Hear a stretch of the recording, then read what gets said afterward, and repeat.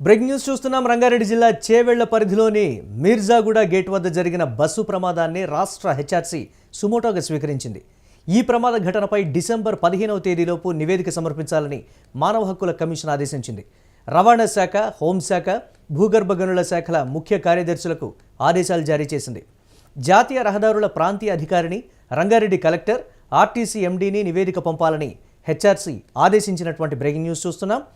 సోమవారం ఉదయం మీర్జాగూడ గేటు వద్ద ఆర్టీసీ బస్సును టిప్పర్ ఢీకొన్న ఘటనలో 19 మంది ప్రాణాలు కోల్పోగా 24 మందికి గాయాలయ్యాయి. తాండూరు నుంచి హైదరాబాద్ వైపు వస్తున్న ఆర్టీసీ బస్సును అతివేగంగా వచ్చిన కంకర టిప్పర్ బలంగా ఢీకొనడంతో ఈ ఘటన చోటు చేసుకుంది.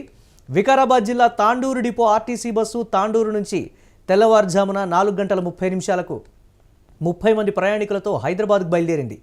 మార్గం మధ్యలో వికారాబాద్ తదితర బస్ స్టాప్లలో ఎక్కిన వారితో కలిపి మొత్తం 72 మంది ప్రయాణికులతో వెళ్తోంది. చేవెళ్ల మండల పరిధిలోని మీర్జాగూడ గేట్ సమీపంలోని హైదరాబాద్ బీజాపూర్ హైవేపై చేవెళ్ల నుంచి వికారాబాద్కు కంకర్ లోడ్తో వెళ్తోన్న టిప్పర్ వాహనం ఎదురుగా అతివేగంగా వచ్చి ఆర్టీసీ బస్సును ఢీకొట్టి దానిపై పూర్తిగా ఒరిగిపోయింది. దానిలో ఉన్న కంకర మొత్తం బస్సులోకి జారింది. దీంతో ఆర్టీసీ బస్సు కుడివైపున 8 వరుసల సీట్లు పూర్తిగా నుజ్జునుజ్జయ్యాయి.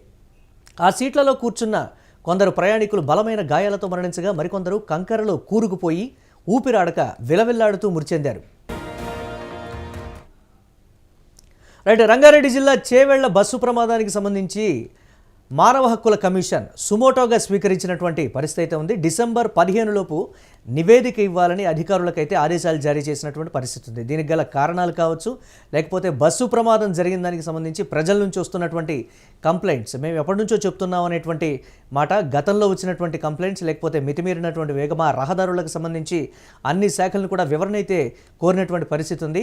ఎక్కువగా వస్తున్నటువంటి కంప్లైంట్స్ ఏంటంటే రోడ్డు భద్రతా లోపాలు, అధికారుల నిర్లక్ష్యంపై అక్కడ ఆందోళన చేసినటువంటి పరిస్థితి కూడా ఉంది స్థానికులు. అలాగే రవాణా, హోం, ఎన్హెచ్ఏఐ, కలెక్టర్, ఆర్టీసీపై మానవ హక్కుల కమిషన్ దృష్టి సారించినట్లుగా కూడా తెలుస్తోంది. పూర్తిగా వారి నిర్లక్ష్యం కారణంగానే ఈ ప్రమాదం జరిగిందనేటువంటి మాట. దీనికి సంబంధించి ఆయా శాఖల నుంచి పూర్తి స్థాయి వివరణ కోరినటువంటి పరిస్థితి అయితే ఉంది. ముఖ్యంగా అక్కడ ప్రజలు ఇచ్చినటువంటి కంప్లైంట్లు కావచ్చు, లేకపోతే ఆ దారిలో గతంలో చోటు చేసుకున్నటువంటి పరిణామాలను కూడా ప్రజలు కోట్ చేసి అక్కడ ఆందోళన చేసినటువంటి పరిస్థితి అయితే ఉంది.